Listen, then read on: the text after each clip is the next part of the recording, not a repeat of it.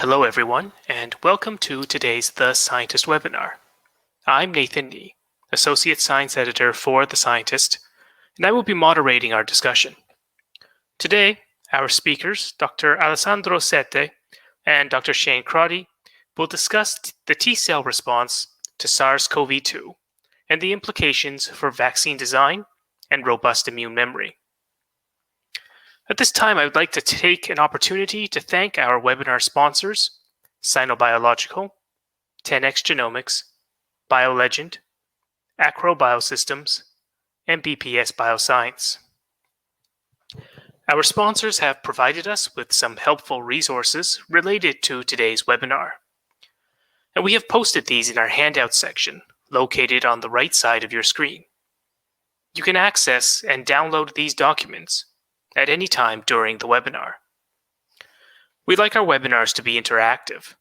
We encourage you to send us your questions or comments at any point during the webinar, and our speakers will address them during the Q&A session following our two presentations.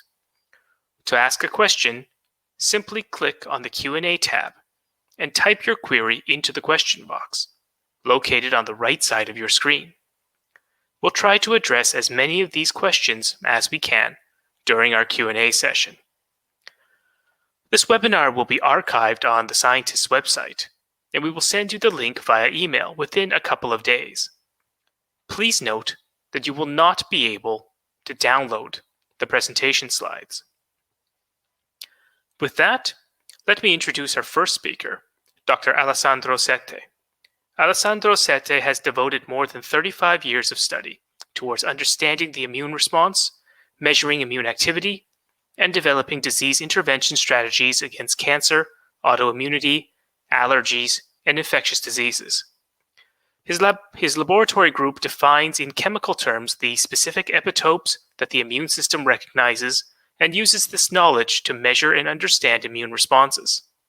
The Sette lab uses epitopes as specific probes to define the immune signatures associated with productive and protective immunity versus deficient immunity or immunopathology.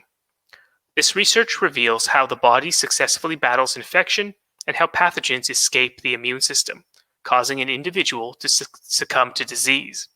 Sette and his team believe their research will help develop new therapeutic and prophylactic approaches to fighting infectious diseases. Sette's focus has shifted over the years to emerging diseases, diseases of potential biodefense concern, and pathogens relevant to global health, including SARS-CoV-2. Sette's team adapts techniques to understand the T-cell response to common allergens and to discover a cell component to Parkinson's disease. Sette has overseen the design and curation efforts of the National Immune Epitope database since its inception in the early 2000s. The IEDB catalogs all epitopes for humans, non-human primates, rodents, and other vertebrates, from allergens, infectious diseases, autoantigens, transplants, to accelerate immunology research around the world. Dr. Sette, let's just make sure everything is set and everything looks good. Dr. Sette, the floor is yours. Thank you very much, Nathan, and good morning, good afternoon, good evening, wherever your time zone is. I'm going to talk about the molecular targets of the adaptive T-cell response, mainly SARS-CoV-2. And I want to emphasize that the work that I'm going to present is really a close collaboration between my lab and the lab of Shane Crotty, and really also dependent on a strong contribution from Daniela Weisskopf, assistant professor at the La Jolla Institute, and Alba Grifoni, an instructor, and many other here, Jose Mateos, Carolyn, Jennifer Dunn, Alison Tarke doing, and Alex Cato doing the work, Sidney Rimetz, Bjorn Peters for some of the bioinformatic work, and April Fraser, our program manager. And strong collaboration with UCSD and Murdoch University for HLA tagging.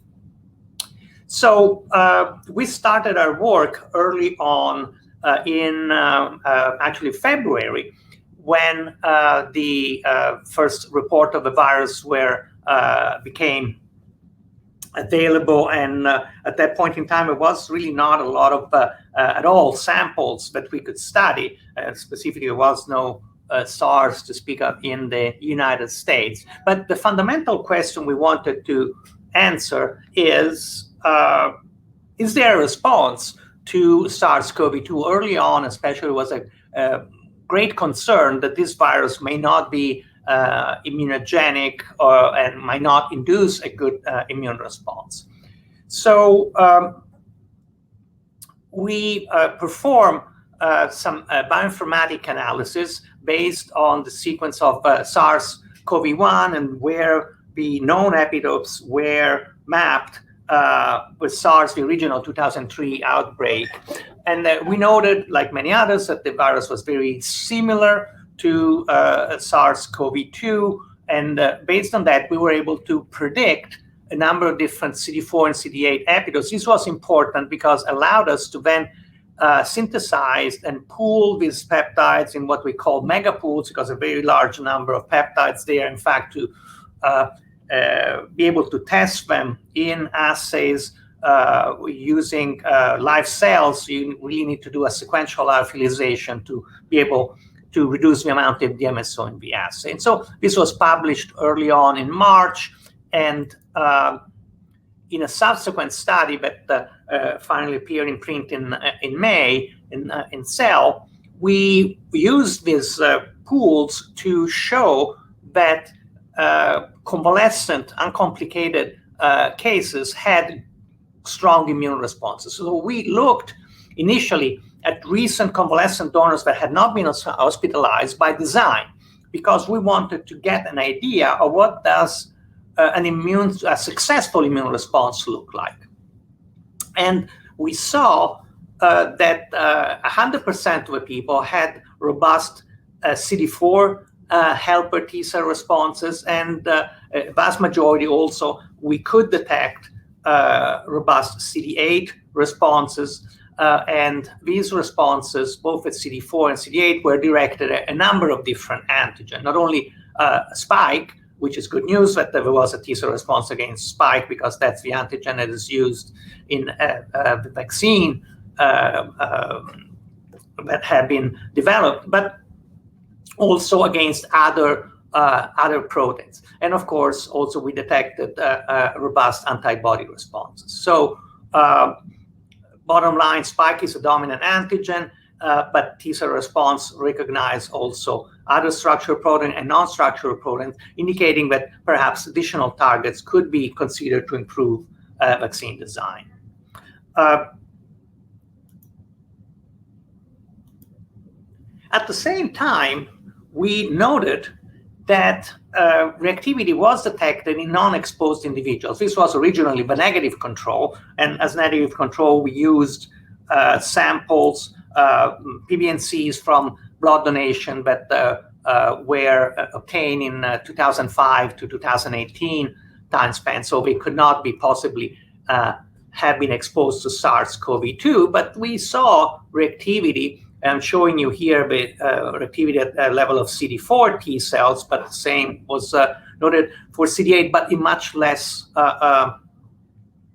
magnitude. So in general, we saw good reactivity, particularly for the non-spike pools. And I also want to emphasize that the assays that we have been using for the most part, unless I will point you if that is not the case, are this activation-induced marker assays. So we are detecting really responses ex vivo without lengthy in vitro stimulation that could alter the response. The hypothesis was immediately formulated that this reactivity that we were detecting in non-exposed individuals may be due to, at least in part, to previous exposure to common cold coronavirus.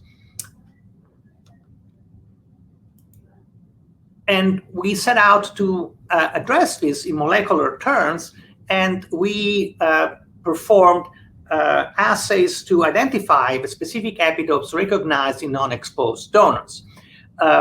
In this particular case, for this particular experiment, we used an in vitro stimulation of 2 weeks to expand the reactive T cells, and we identified 142 different epitopes in the non-exposed donors. We further showed, again, going back to the direct ex vivo AIM assay, that we could detect responses directly ex vivo. And also we did another experiment in which we synthesized the homologue of the epitopes that we had defined. Remember, these are SARS-CoV-2 sequences defined in non-exposed individuals. So we synthesized the matching peptides derived from the common cold coronaviruses. And what we could see that in the unexposed individuals, the reactivity against the common cold corona homologue of this SARS-CoV-2 epitopes was much higher, consistent with the fact that in reality what we were seeing in at least some cases was this cross-reactivity between common cold corona and SARS-CoV-2. We further showed, and I'm not going to go through the experimental details, but we showed that this reactivity was to be ascribed to memory cells. And finally, to prove that this really was, that there was really a cross-reactivity between common cold corona and SARS-CoV-2, we went back to performing in vitro expansion for 2 weeks, and we used the SARS-CoV-2 epitope sequence to expand T cells. And at the end of the 2 weeks, we ran experiments in which we tested a dose titration of a SARS-CoV-2 epitope that was used to expand the T cells. And in the same experiments, we also assayed as antigens the corresponding matching peptides derived from common cold coronaviruses. And we saw, in fact, in a number of cases that the common cold coronaviruses were actually recognized with even better affinity than the SARS-CoV-2. Again, suggestive, indicating that the antigen that induced reactivity ex vivo was a common cold coronavirus. So, in summary, we have detected reactivity, pre-existing immunity to SARS-CoV-2, and this has been confirmed by many different laboratories from all over the world. What is not still clear whether this has a impact in terms of influencing the disease outcome. So we don't believe that pre-existing immune reactivity, especially the magnitude we see, is sufficient to prevent infection. But it's possible that this pre-existing immune reactivity can modulate and blunt the disease severity once the infection occurs. And in fact, there is precedent for this type of situation in influenza, where it has been shown that people that have pre-existing CD4 T cell cross-reactivity to a particular influenza strain are associated, still get infected, but associated with less severe symptoms. So in the next set of slides, I'm going to go through data regarding instead the more recent studies that we've done, defining what are the epitopes recognized not in unexposed individuals, but in people that have been infected with SARS-CoV-2 and have experienced some degree of disease. And this paper is in the bioRxiv, and it's actually provisionally accepted in CellMed.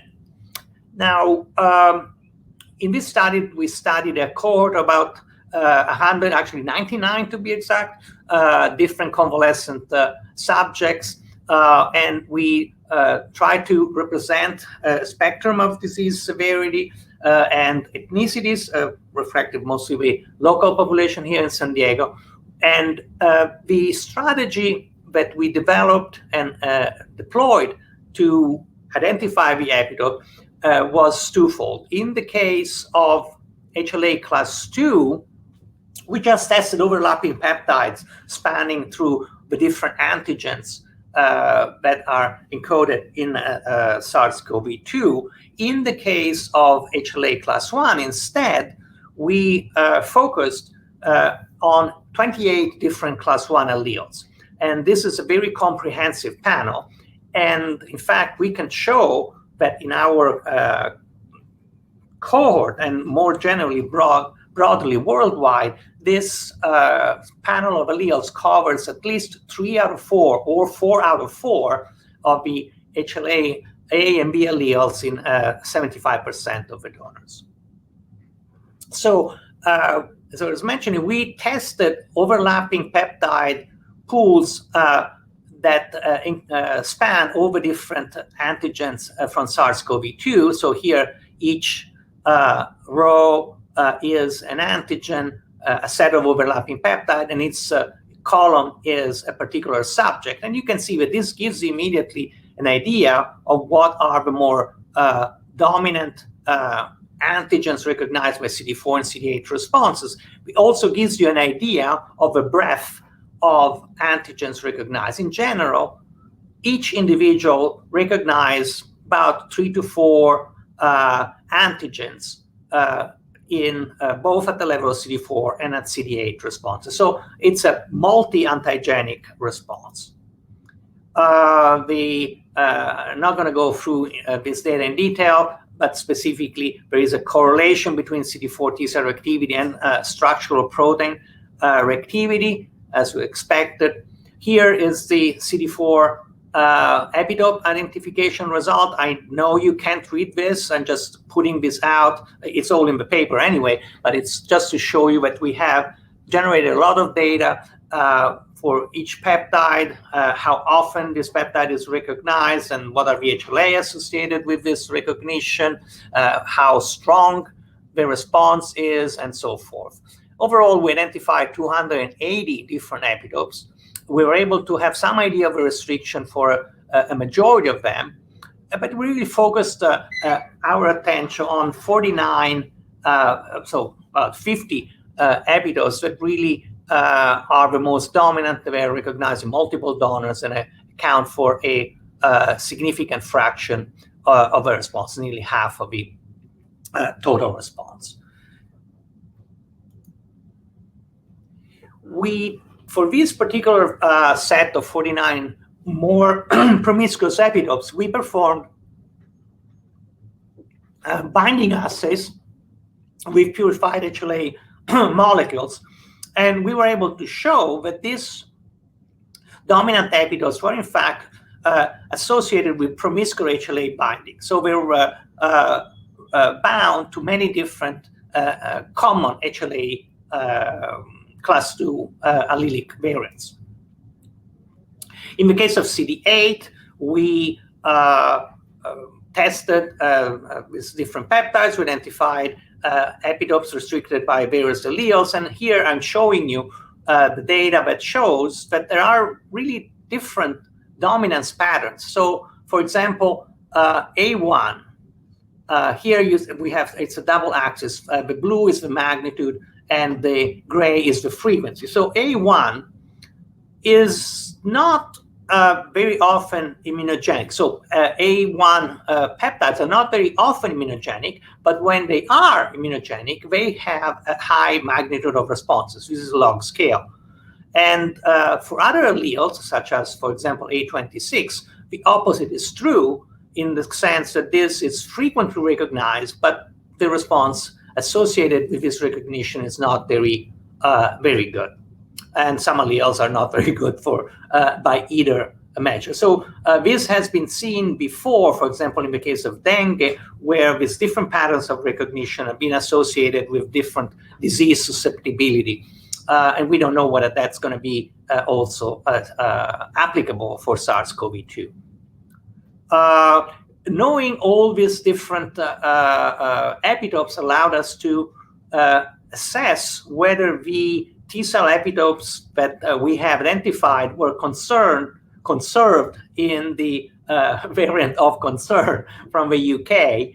And overall, we see that the vast majority whether you look globally or just spike, of the CD4 and CD8 epitope are totally conserved. A few have a single amino acid substitution, and really a handful are associated with a deletion. So based on the studies that I also showed earlier of where we looked at the cross-reactivity, we know that up to 3 amino acid substitutions are generally tolerated, and we would think it is unlikely that the variant of concern would escape T-cell recognition. The other point is linked to the data that I was showing earlier, that each person recognizes 3 or 4 different antigens. And in fact, we know that in each antigen, each person recognizes a number of different epitopes. So we know that each individual, on average, recognizes 20 different CD4 and 20 different CD8 epitopes. And the epitopes are different from one individual to the next, again, suggesting that it's going to be difficult for the variant to escape T-cell recognition. So that's summarizing here: 280 CD4, 523 CD8 epitopes, and implications for viral escape. Within spike, for example, if you map the CD4 immunogenicity, we see that there are discrete regions that are more dominantly recognized. They are not, in general, contained in the RBD region, suggesting that it's really important, perhaps, to include in vaccine, not just the RBD, but other regions, so that the capacity to induce a CD4 response is preserved. We've done similar analysis in N and M, and as you're saying, we're looking at HLA binding, homology with common cold corona, and pattern of CD8 immunogenicity. And so going back to the common cold corona homology is an important point. What we had seen in the reactivity of unexposed individuals, it was that in general, the epitopes that were recognized had were enriched for homology to common cold coronavirus. We do not see that at all in the pattern of epitopes that are recognized by COVID donors. And there is really no association between recognition and degree of homology to common cold corona.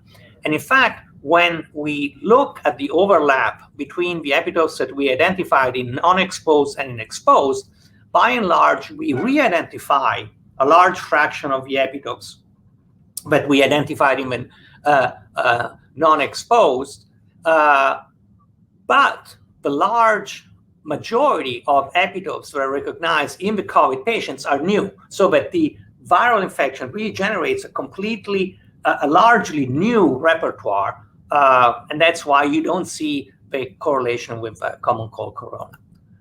If common cold corona does not correlate, what does? The thing that we see correlate most stringently with class 2 immunogenicity is HLA binding affinity.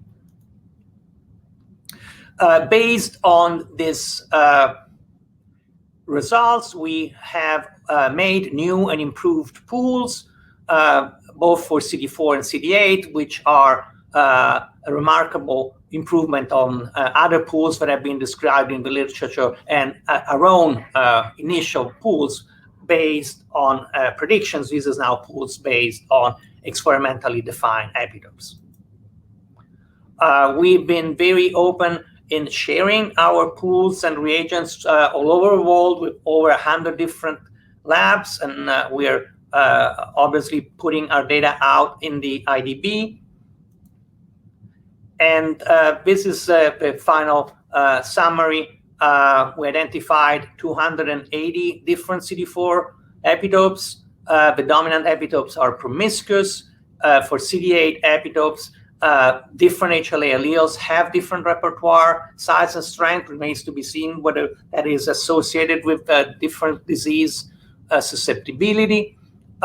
Large breadth of response and with implication for viral escape or lack thereof. Clear and dominant regions for CD4 and RDB is epitope poor.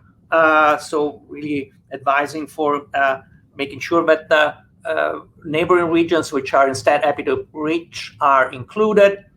I did not show you the data about antibody and T cell reactivity focus on different regions. Again, no correlation with common cold conservation. A new epitope repertoire is generated by infection.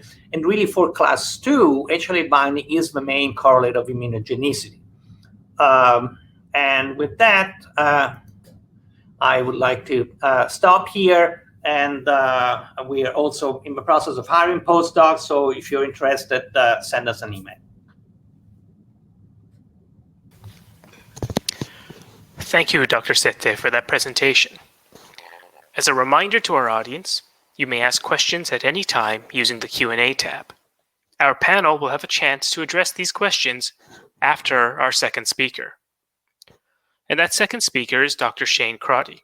Shane Crotty's research group studies the fundamental immunology underlying vaccine functions. Initially trained in molecular virology and then viral immunology, Crotty focuses on the basic immunology of T follicular helper TFH CD4 positive T cells, viral immunology including SARS-CoV-2, B-cell immunodominance, and the central roles of germinal centers and memory in vaccine immunology. Crotty was a Pew Scholar and a 2016 to 2019 highly cited researcher. His recent COVID-19 immunology work is the highest attention-getting Cell paper ever. Dr. Crotty, let's just make sure everything's set up properly. Everything looks okay. Dr. Crotty, the floor is yours. All right, thank you. And so I'm going to be following up on Alex's presentation. As he said, virtually everything that we've done on COVID-19 and T cells has been joint efforts between our two labs plus collaborators this past year. And just to clarify, so we're at the La Jolla Institute for Immunology, which is a freestanding nonprofit research institute in San Diego on the University of California, San Diego campus. So I'm going to focus on two stories. This one, where we tried to look at relationships with immune responses and disease severity. And then the second, which I'll spend most of the time on, is immune memory. Do people develop immune memory after COVID-19 and both on the T cell, B cell, and antibody side? And that work was just published in Science this past week. So first story is following up on the study Alex Sette presented, looking at T cell and antibody responses in average cases of disease. We wanted to know, are there relationships between adaptive immune responses to this virus in acute infection and disease severity outcomes? And this is obviously of high interest because SARS-CoV-2 infections can be fatal, and it's been unclear why some people have hospitalized infections versus non-hospitalized. So we did the following as an exploratory study to try and understand relationships between adaptive immune responses and COVID-19 disease severity. As in almost all of our studies between the Sette lab and our lab this past year, we've really focused heavily on virus-specific immune responses, antigen-specific responses, and trying to collect data on CD4 T cells, CD8 T cells, and antibodies on the same people at the same time. So we avoid the sort of blindfolded people touching an elephant type of problem of only seeing part of the picture.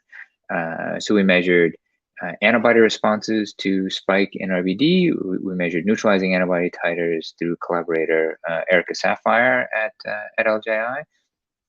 I'm gonna go through these initial data slides quickly and then talk about our integrated analysis of them. Okay, we measured the virus-specific CD4 T cell responses in acute patients using the predicted epitopes generated by the Sette lab, as well as overlapping epitope peptides for spike, M, and nucleocapsid.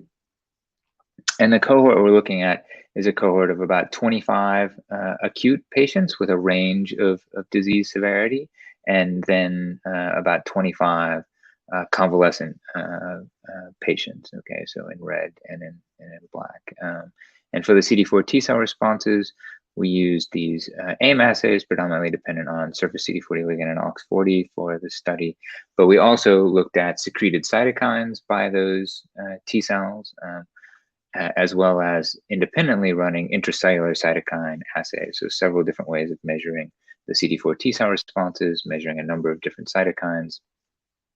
The short version, short summary of that is that the cytokine profiles really matched antiviral immunity expectations, predominantly interferon gamma and IL-2 with virtually no Th2 cytokines and very little IL-17. We measured TFH cells because these are the cells required for most antibody responses. We measured those in the context of this infection, and indeed, most people were making virus-specific TFH responses. We measured CD8 T cell responses, again, using predicted class 1 epitopes generated by the Sette lab, as well as overlapping epitopes to 3 major open reading frames, spike and nucleocapsid. And then we could combine all of those data together, which we also did for the CD4s, of making a composite metric of total CD8 response, total virus-specific CD8s in acute individuals and convalescent individuals. All right. And again, as we did for the CD4s, we did 2 independent assays. We did AIM assays and we did intracellular cytokine assays, which largely confirmed expectations of interferon gamma production, granzyme B production, and some degree of TNF expression with little to no IL-10 expression by the CD8s. So given all of that data, what did it tell us about adaptive immunity associations with COVID-19 disease severity? And so we took a couple of different approaches to this. The first simple approach was to ask for neutralizing antibodies, CD4 responses or CD8 responses individually, was there an association between the magnitude of the response or the presence of the response and disease severity? And so for neutralizing antibodies, when we did this, grouping people into severe versus mild cases, there was no difference, no significance, and that's similar to what many groups have studied and found. If anything, neutralizing antibodies are higher in severe cases versus mild cases, and that's consistent with more viral antigen driving a larger antibody response over time. So this is consistent with what other labs observed, most other labs observed, particularly ones in large studies. And then we looked at the CD4 responses. So this is distinct. And interestingly, when we look for virus-specific CD4s, the presence of a virus-specific CD4 response was associated with more mild disease, i.e. it looks like the CD4 T cell response is protective against severe disease. And a similar association was seen for virus-specific CD8 T cells. Individuals with detectable CD8 T cells generally experienced lower disease severity, or to flip it around, the absence of CD4 T cells or CD8 T cells was more associated with a likelihood of severe disease. And so in those cases, it looks like CD4 T cell and CD8 T cells likely play a protective role, not a pathogenic role in this disease. So with those individual arms of the immune system analyzed, we then did 2 kinds of composite analyses of virus-specific immune responses and associations with disease severity. The first is really a very oversimplified approach where we simply said, okay, there are 3 major categories of immune responses to the virus: neutralizing antibodies, virus-specific CD4s, and virus-specific CD8s. Let's simply count those up. And so if an individual has all 3 of these, they get a score of 3. If an individual has none of these, they get a score of 0. And if we look at that, stronger, broader immune responses were associated with protective immune responses, i.e. Lessened disease severity, whereas people who are failing to make a coordinated immune response would generally look like they were at greater risk of severe disease. We only had one subject in the study who was negative for neutralizing antibodies. Some other studies have reported somewhat more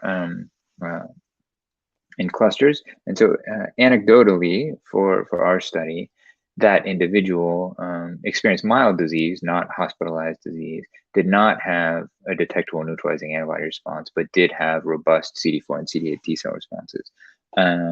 That's consistent with the notion that T cell responses in the context of natural infection may be doing the heavy lifting for controlling the infection, which I'll talk more about. So that was the oversimplified approach.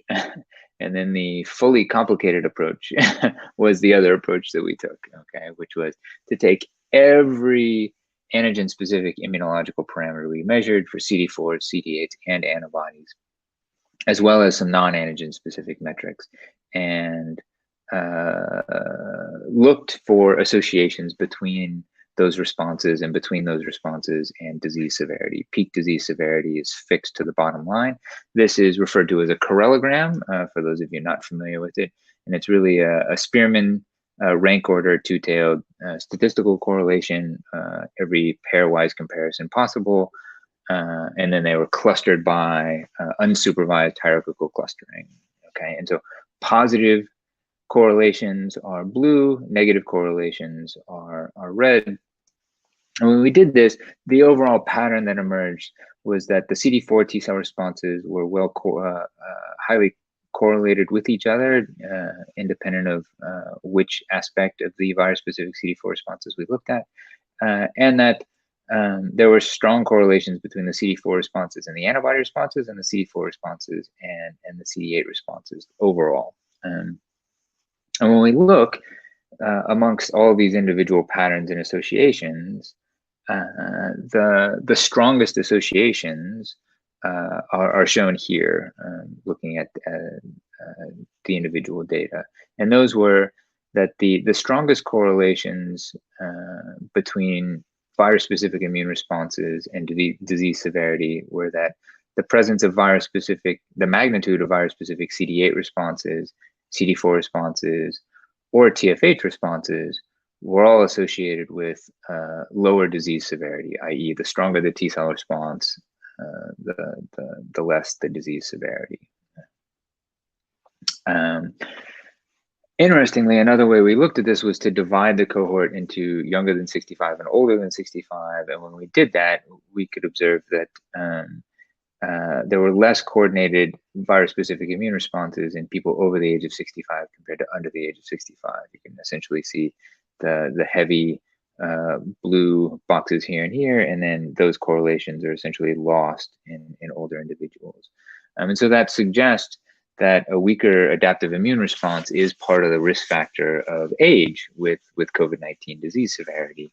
And we concluded that the fact that older individuals have lower naive T cell abundance could be a simple explanation for that.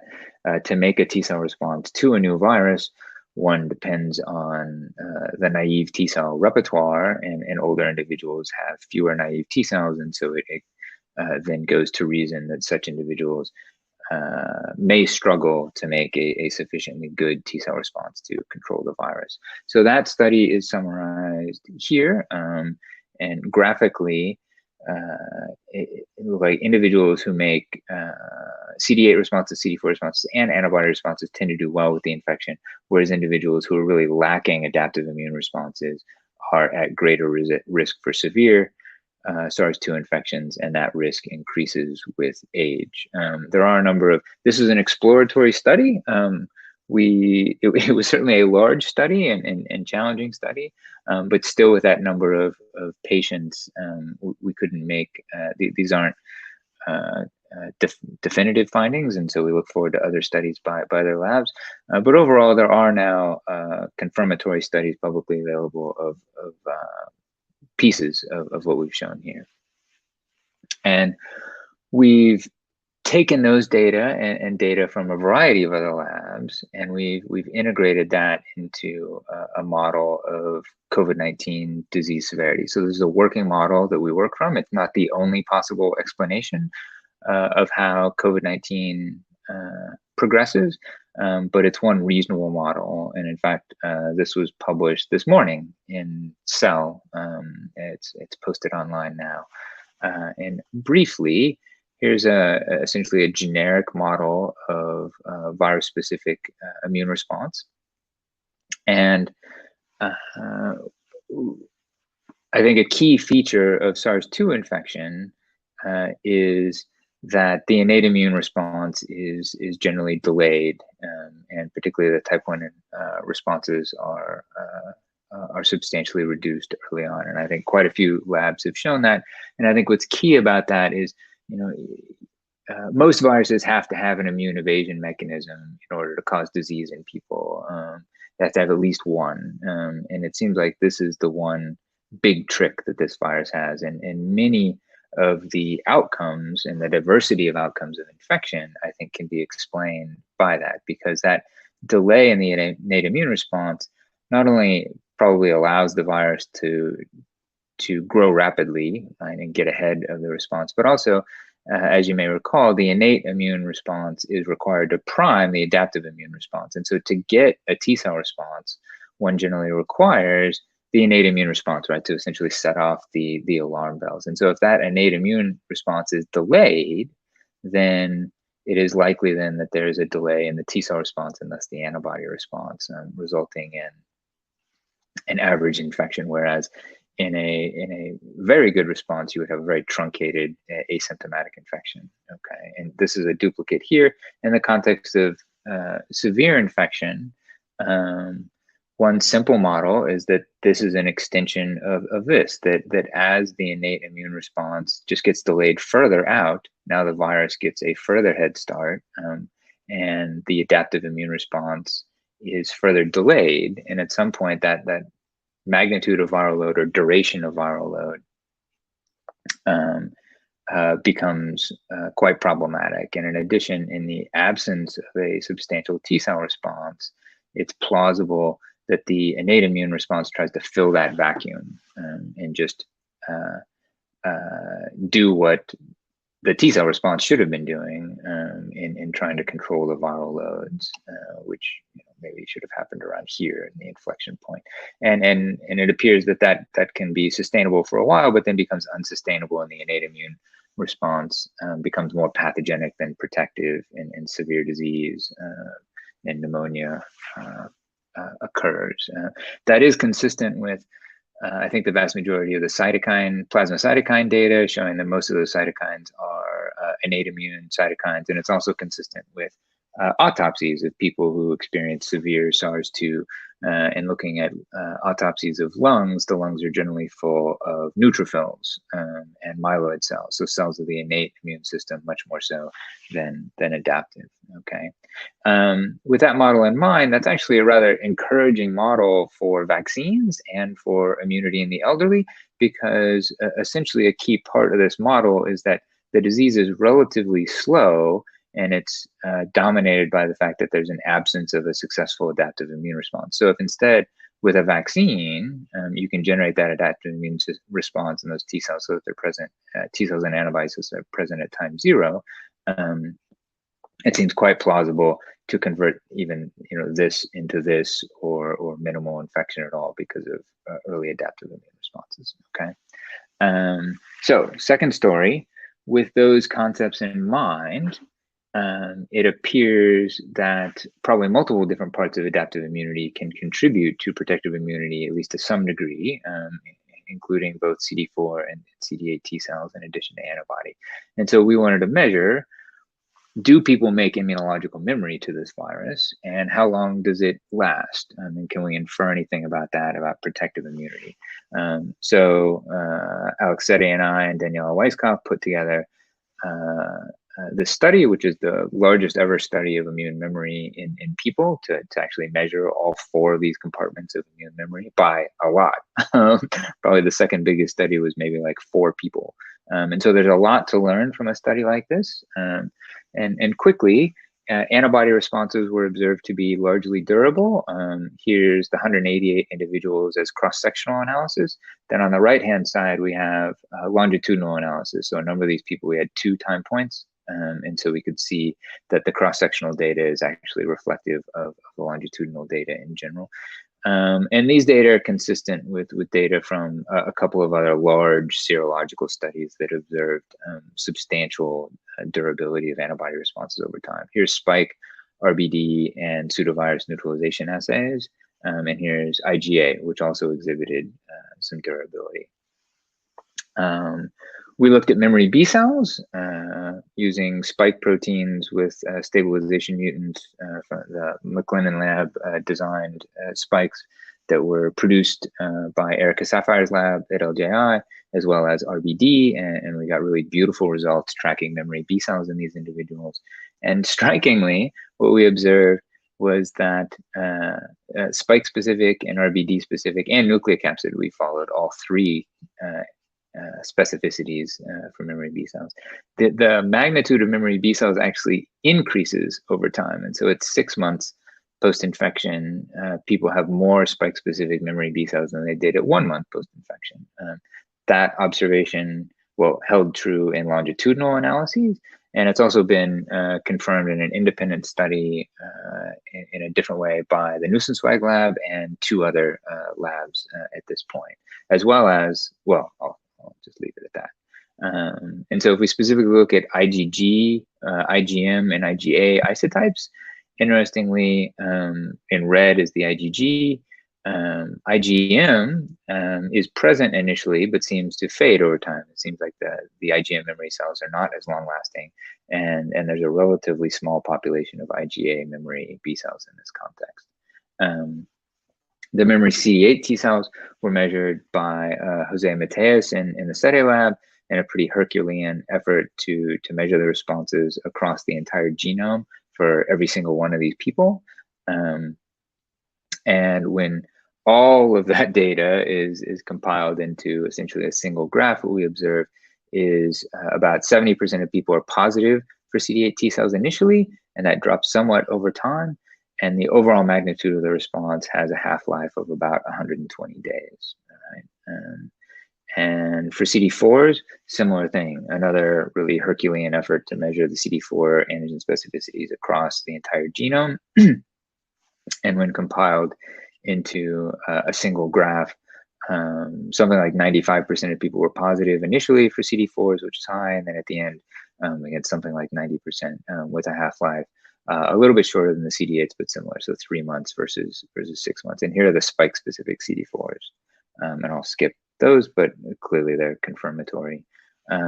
We also measured antigen-specific TFH cells, since those again are important for the B cell responses, and those were sustained over time as well. All right. And so if we look at all of these, this is quite interesting because they are having different patterns and different half-lives. So how do we analyze all of that? Well, immune memory, this is telling us that immune memory is complex. There are different patterns for these different components of immune memory, but also there's a wide confidence interval. There's a lot of heterogeneity in the amount of memory to SARS-CoV-2 in different individuals. And that's really still for undefined reasons. It's not predominantly driven by clinical severity or gender, which I'll show you in a subsequent slide. Given that, how do we make sense of that overall pattern? Well, what we did was we decided, to take 5 of the many parameters that we measured, and we took 5 that we thought would be the most likely to be predictive of protective immunity. So it really might be 5 years before we as a field really understand exactly what protective immunity against this virus means. But we think there's reasonable data in place that RBD IgG, RBD specific memory B cells, total virus specific CD4s, total virus specific CD8s, and spike IgA are all probably involved in protective immunity to a degree. I'm not saying that's a comprehensive list, but it was a reasonable list of 5 parameters that could be informative about components of immunological memory that participate in protective immunity. So if we ask of all the people in the study, do they have these responses at 1 month post-infection or 5 to 8 months post-infection? This is what the data look like, okay? And I think the most notable finding is that about 6 months after COVID-19, that's this, about 95% of individuals are positive for 3 or more components of immune memory, 3 or more of these 5 components of immune memory that we think would be relevant for protective immunity. And so from that, we conclude that those individuals, like 95% of people, are likely to be protected from serious COVID-19 recurrence for years into the future. That's a best estimate. That's not demonstrated in this study. This is an inference based on the immunological memory. In addition, we also saw, and if we just imagine this as 100 different individuals in these 2 graphs, that does leave about 5% of people who did not have very robust immune memory, and maybe these people are people who are more susceptible to reinfection or reinfection faster. Right? Lastly, we did look for specific effects of that might be able to explain the heterogeneity in the immune responses, and so gender did not account for the heterogeneity. Males did have higher antibody responses, which multiple labs have now reported, but overall there were not other antigen-specific immunological differences. But in disease severity, it was interesting. So we broke the group into hospitalized versus non-hospitalized, and we did see higher antibody responses from hospitalized patients. That's been reported in at least 2 other studies, and so we're confirming that outcome. And again, that's probably likely driven by the higher antigen loads over time are driving a higher response that's seen for other infections. And now we can add to that by showing that there are also more memory B cells in people who have experienced hospitalized disease. So corroborating and extending the antibody results. Interestingly, that is not seen for the T cell responses. So if anything, CD4 T cell responses are lower. Memory CD4 T cell responses are lower in patients who are hospitalized, and CD8s are, as far as we can tell, equivalent. So this is consistent. These are different individuals than our previous study, but this is consistent with our operating model that that people who experience serious disease, hospitalized disease, may predominantly be making poor T cell responses, right? Failing to control the virus fast enough and therefore ending up with more severe disease. So this is corroborating that finding, and again is essentially opposite of the humoral immune response. Finally, this is a really interesting data set because we can ask about interrelationships of immune memory compartments. And we see they do have different relationships with each other. They do not follow a single consistent pattern. One of the things we really wanted to know, and lots of people wanted to know, is that if you give people an antibody test, is that predictive of their T cell response? So for example, is a simple serological test for SARS-CoV-2, if you're positive by antibodies, does that mean you're positive by T cells, and is there a quantitative relationship? And unfortunately, the answer is no. Antibody titers are not predictive of CD4 T cell responses in magnitude. So unfortunately, there is not a simple serodiagnostic that one can do to predict the presence of CD4 or CD8 T cell memory to this virus. All right. So this is the summary slide.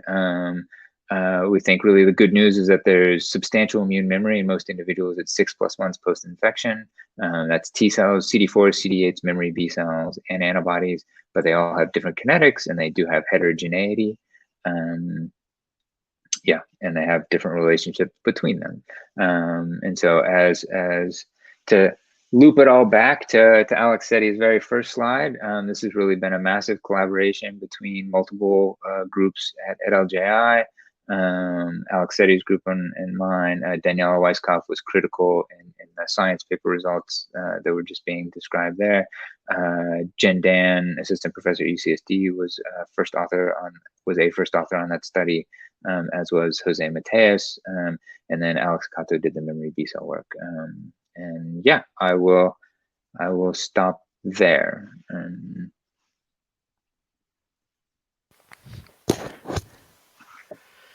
Thank you very much for that presentation, Dr. Crotty.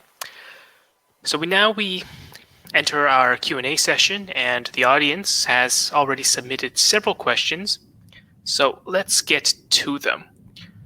Our first question will be this for Dr. Sette, and the question asks, is it a good strategy right now for vaccine development to focus on the spike subunit, or would it be a better strategy at any time to focus on a broader range of epitopes for better immunity?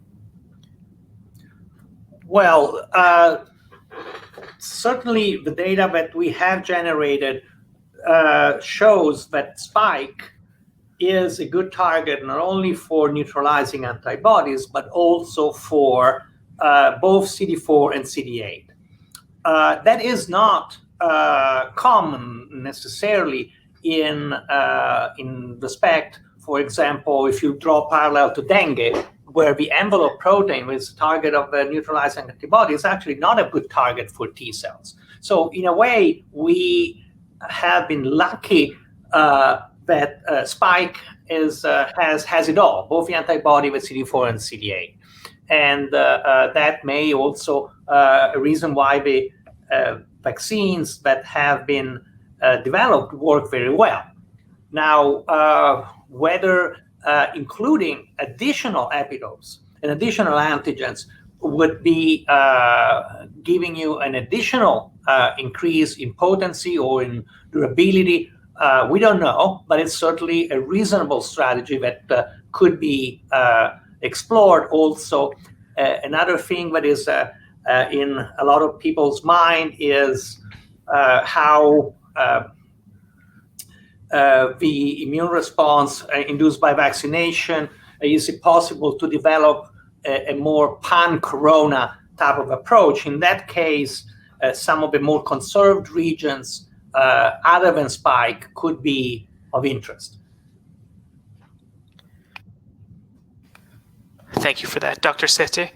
Our next question is for Dr. Crotty, and the question is, have you noticed anything in terms of immune response profile unique to asymptomatic SARS-CoV-2 carriers or patients versus those who do have symptoms?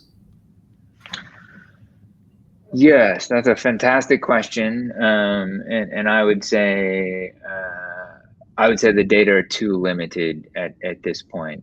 It's harder to put together a cohort of asymptomatic individuals because most people who are asymptomatic didn't know they were infected. We're starting to reach out now. Alex Sette and I really we do think having a big cohort of asymptomatic individuals to directly look at immune responses in those individuals would be of great value. We have some in that immune memory study, and in general they looked similar to people who had symptoms. There's a different T cell study. Shoot, I'm blanking. I think it's by one of the English groups that did have some more asymptomatic individuals in their study, and the T cell responses were the same or better in asymptomatic cases than in symptomatic cases. Again, consistent with our overall operating model that T cells are probably doing a lot of the heavy lifting during natural infection, and that having an early T cell response could lead to early control and just asymptomatic disease. But there does need to be more data, more studies on that. Oh, and Bertoletti in Singapore has a nice preprint with about 10 people where they observed that early T cell responses were present with. Well, I think those were all still symptomatic people. Yeah, I think most of them were. So yeah, it's a great question, and we need to study asymptomatic individuals more. Thank you, Dr. Crotty. Next question, and I'd like to address this to both of you. If I could start with Dr. Crotty, please. What is the strength of the immune response caused by natural infection versus the immune response caused by vaccination? Yeah, well, it's a great question, and it was that was definitely a driving force behind the initial study that Alex Sette and I did. That May paper was to get some reference point for how big of an immune response people make, to get some sense, as Alex was saying near the beginning, to get some sense of how big of an immune response do you need, to defeat this virus. And in general, the inference from the data has been it doesn't take a particularly large immune response to manage to control this infection, which is a good sign. Now, cross-referencing that between infection and vaccines is hard. First of all, because there are a number of there's certainly several different vaccines, but also the T cell assays are notoriously sort of non-standardized, right, between labs. So it's just very hard to directly look at the numbers in one study and relate them to the numbers in the other in a quantitative way. Alex, do you want to go ahead? I certainly agree with what you've been saying, and a couple of other considerations. One is, as Shane was saying, it doesn't look like you need an inordinate amount of immune response to defeat the virus, and consistent with that is the fact that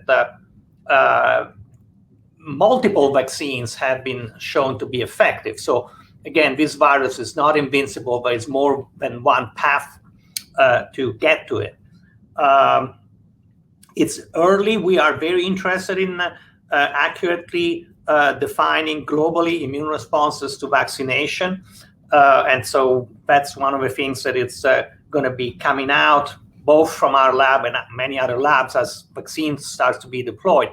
One important consideration is that going back to the model that Shane was showing of the fact that the virus has the capacity of mess with the innate response early on, a vaccine would overcome that because the vaccine is designed to induce an immune response. There are no mechanisms where the vaccine would evade innate immunity.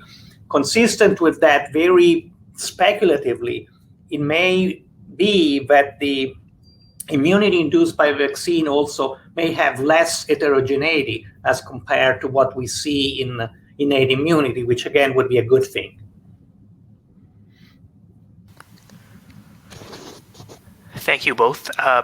And as a follow-up related to that, Dr. Sette, you just said, and the data shows that not very much immunity is needed to offer protection.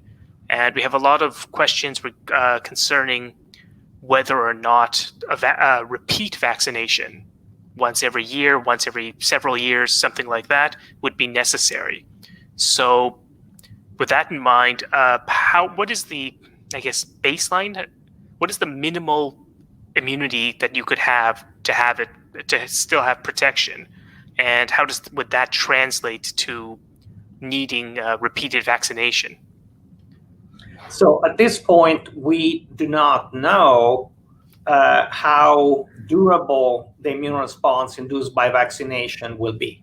In a way, it feels like the same point in time we were back in March when we measured immune responses from convalescent people, and we said, yes, this virus induced an immune response. Back then, we could not possibly say how long the immune response would last. Now we know that the immune response induced by natural infection lasts 8 months and presumably far beyond that.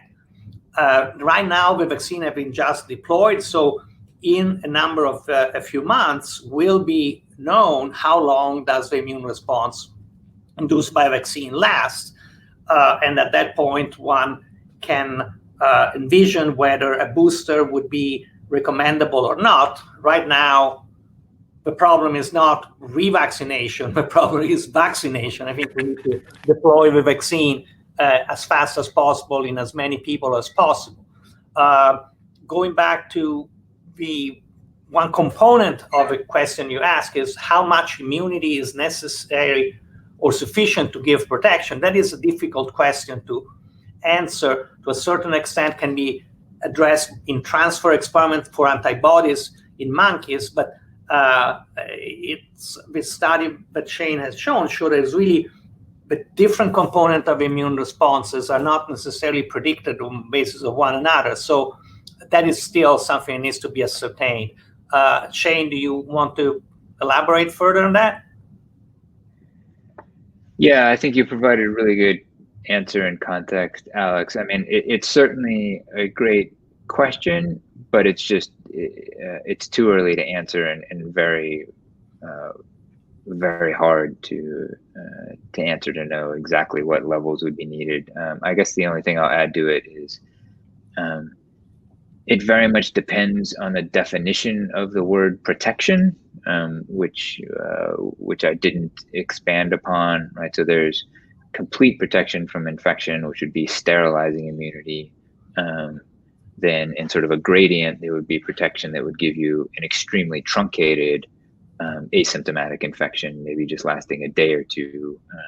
Then the third category would be asymptomatic infections of the kind that we've all been talking about and seeing and are very common, right? Or maybe 40% of normal infections even without immunity, which would be maybe an infection 5, 7, 10 days long, but without disease, and then so on and so forth, right? Symptomatic, hospitalized, ICU, and death. So you can have immunological protection that could protect against some given step on that sliding scale, and there are real questions about how much immunity do you need to protect against any given step on that, and what parts of the immune system can protect against that. I think we're inclined to think that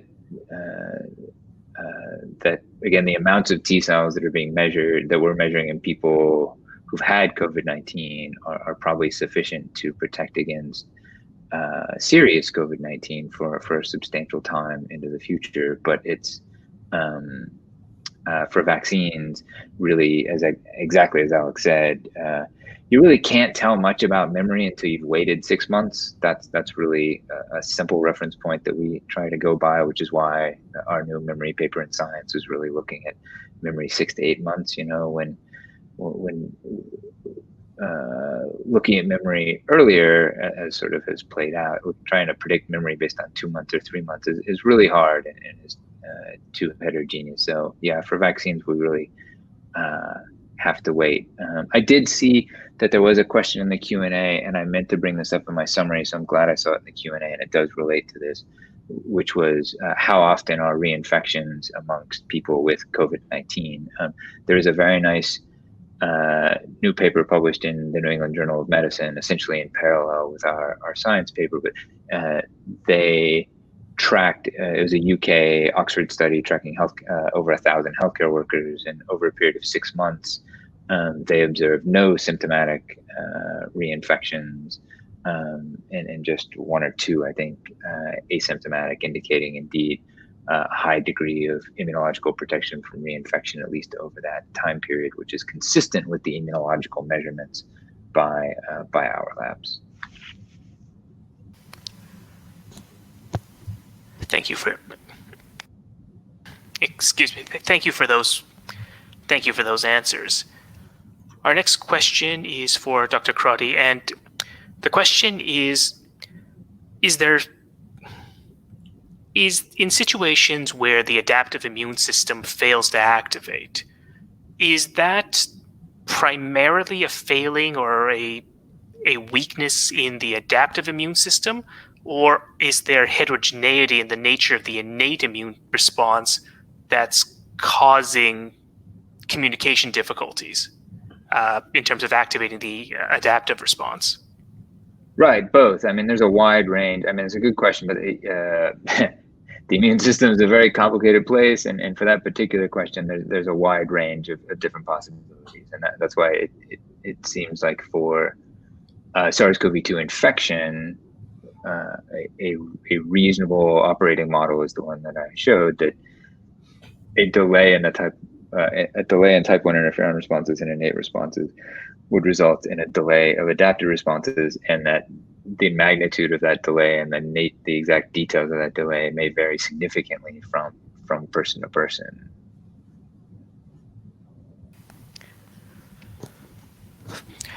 Thank you, Dr. Crotty. Dr. Sette,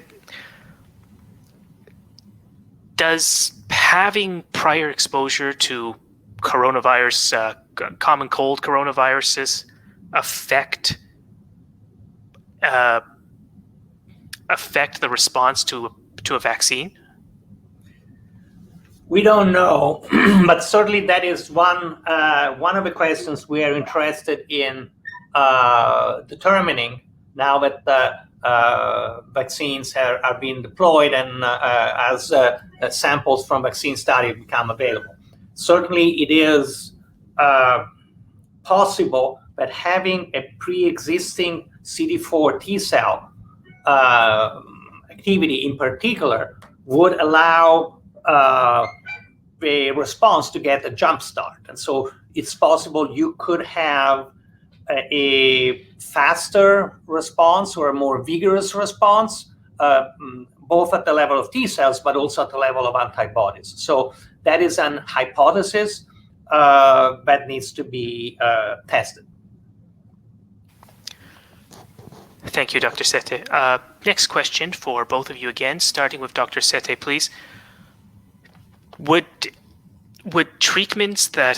hospital treatments that have potential immunosuppressive elements, such as corticosteroid use, could that confound T cell responses that might show up in the data, but that also might exacerbate COVID-19 severity? Well, so immunosuppressive drugs could be of use in extremely severe cases where essentially, as we were pointing out in the model, in a case of lacking of adaptive immune response, the innate immunity goes a bit crazy. In general, and so that's true. I think in general, if that is not the case, immunosuppressive regimens could be considered with caution. The greater issue, I think, and it's something we're quite interested in, is to really understand how different treatment modalities influence adaptive responses. So people that have been treated in different ways with antivirals or with antibody in a passive transfer, monoclonals and convalescent sera, how does that impact the T cell response later on? And it's possible, for example, that having an aggressive antibody treatment would remove some of the antigen and decrease T cell responses later on. But this is one of the areas we're interested in performing additional studies. And Shane, you want to comment on that, or? Yeah, I think that's a great answer by Alex. That really it's another area for research. I think specifically in terms of the steroid treatments, the question is spot on about that being a factor to consider. And so if one, the really compelling clinical trial data out of the UK was essentially moderate doses of corticosteroids in people who are hospitalized with serious disease, right, was effective, and that does make sense that does fit into our operating model, that basically if a person has already gotten that far into disease,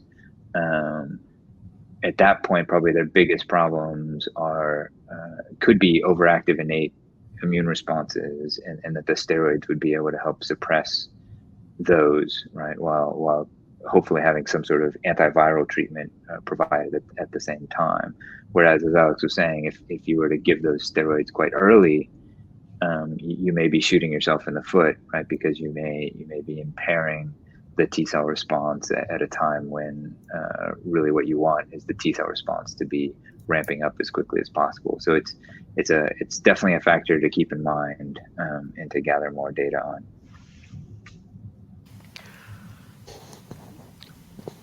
Thank you for those responses. Our next question is again to both of you, starting with Dr. Crotty, please. Do you have any data on immune response and immune memory duration within the context of race or ethnicity? Is there any difference in data acquired from different research centers around the world, for example?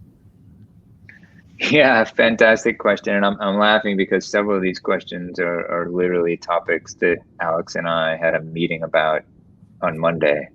Geez, Monday was just yesterday. It feels like the meeting was a long time ago now. And part of the meeting was indeed to say our memory data so far are really underpowered to make statements about race or ethnicity, because as I was saying in my talk, right, there's a lot of heterogeneity from person to person. And so once we start laying additional variables on, you really need a larger data set to be able to parse those out. And Alex and I just published a review of adaptive immunity in Cell this morning, and there is a section in there discussing race and ethnicity, and essentially it says we have to be really cautious about any claims there, because it is known that people of different socioeconomic backgrounds are definitely at differential risk for contracting SARS-CoV-2 and having severe disease, simply because of, for example, their work environment, right?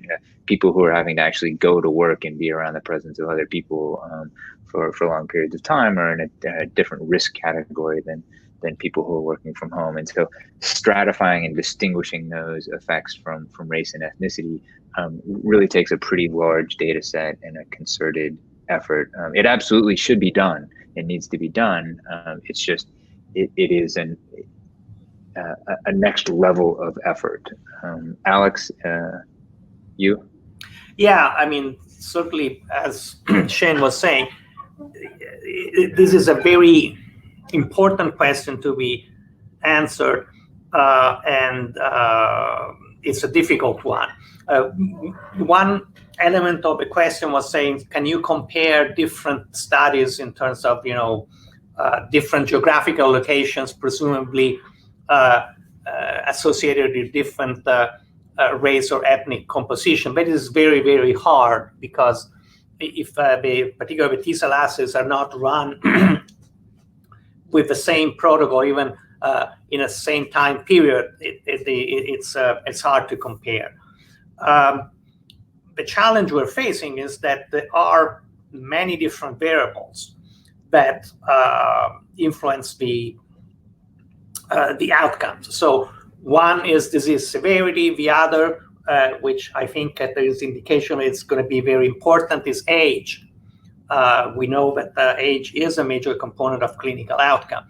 And then there is gender and there is ethnicity. So in order to make sense of it, either you have to have a large enough cohort so that then you can do essentially a multi-variable regression to sort out where does the variability come from, or you can make tighter comparisons in which you basically say, for example, you only look at the two different ethnicities, but you control the gender, the age, the disease severity. But then that will give you an incomplete answer, because what about other ages? What about other disease severities? And as Shane was saying, the differences, the different race, ethnicities, compositions are secondary to socioeconomic factors that influencing the type of work, not working remotely. Another component is how dense the household is, how multi-generational it is. So there's many different components that it's important to tease those out. And a related follow-up to that is, have you noticed any comorbidities or pathological disease factors that might impact immune memory formation and immune response to COVID-19? That's literally the other thing that was in our group meeting yesterday that we have not done. So yeah, exactly, and it is related to race, ethnicity, and socioeconomic factors as well. So it's definitely an important point. Clearly, comorbidities do track with disease severity, but it's not a factor that we were able to parse out.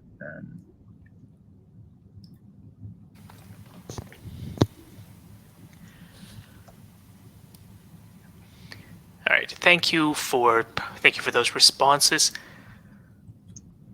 We've had a question that's just come in, and which is interesting. Can the initial dose, the initial exposure that leads to infection, affect immune response heterogeneity? And Dr. Sette, if we could start with you, please. Well, that is certainly possible. To what extent the duration of exposure and how infectious the person from which the exposure comes from could have a huge impact. That is obviously very difficult to control because you don't know. The one thing that is not really the dose of infection, but one thing that we're interested in is when the PCR test is performed, you can get some information of how high or low the viral titer is in the infected person. And we would be interested in really understanding how that simpler measure relates to the immune response. The other point is going back to the vaccine. That is one of the beauty of vaccination, that in the vaccination, the immunization is given with a defined dose and a defined schedule, which also it may be compatible with the fact that we see probably tighter responses as compared to natural infection.